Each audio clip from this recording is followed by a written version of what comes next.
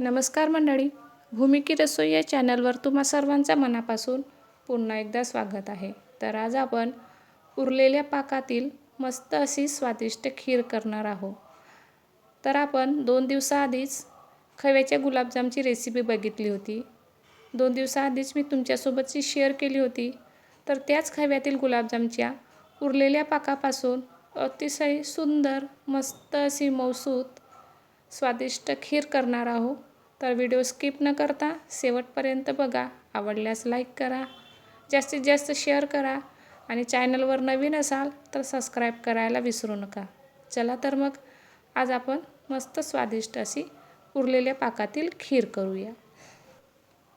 तर सर्वात आधी आपण कढई गरम करून त्यावर जवळपास 2 ते 3 चम्मच मी तूप घेतलेलं आहे आणि जवळपास 1 वाटी रवा घेतलेला आहे. तर रवा आपल्याला मंद आचेवर अगदी तांबूस कलर येईपर्यंत छान भाजून घ्यायचा आहे.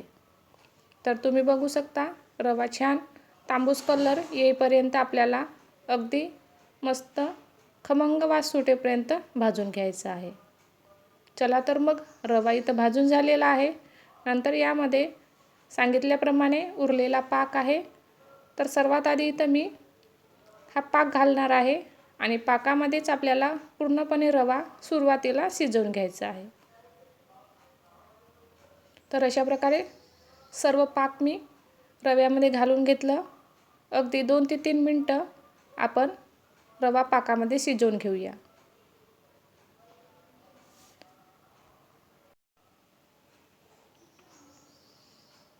तर अशा प्रकारे रवा छान घट्टसर आलेला आहे.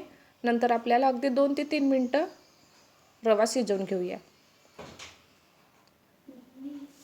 चला तर मग अशा प्रकारे इथं रवा आपण पाकामध्ये पूर्णपणे शिजवून घेतलेला आहे. अगदी मऊसूत मस्त असा रवा शिजलेला आहे. नंतर आपल्याला खीर कितपत पातळ करायची आहे त्यानुसार रव्यामध्ये आपल्याला दूध घालायचं आहे. तर अशा प्रकारे इथं मी ज्या वाटीने रवा घेतली त्याच वाटीभर इथं दूध घालणार आहे.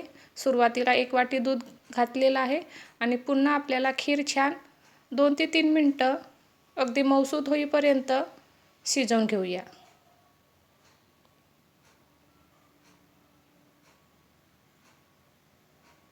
तर अशा प्रकारे मी 2 मिनटं पुन्हा खीर शिजवत आहे. तर तुम्ही बघू शकता खीर अगदी पुन्हा आपली घट्ट झालेली आहे. जर तुम्हाला खीर ही घट्ट ठेवायची असेल किंवा शिऱ्या टाईप ठेवायची असेल तर तुम्ही घट्टसर ठेवू शकता. पण मला खीर पातळ करायची असल्यामुळे मी पुन्हा 1 वाटी दूध घेतलेलं आहे. जर तुम्हाला वाटत असेल तर तुम्ही यामध्ये पुन्हा थोडं दूध किंवा पाणी घालू शकता. तर अशा प्रकारे इथं मी पुन्हा दुधाचं प्रमाण वाढवलेलं आहे आणि आपल्याला ही खीर अगदी सरसरीत अशी पातळ करायची आहे. तर पुन्हा आपण 2 ते 3 मिनटं खीर शिजवून घेऊया.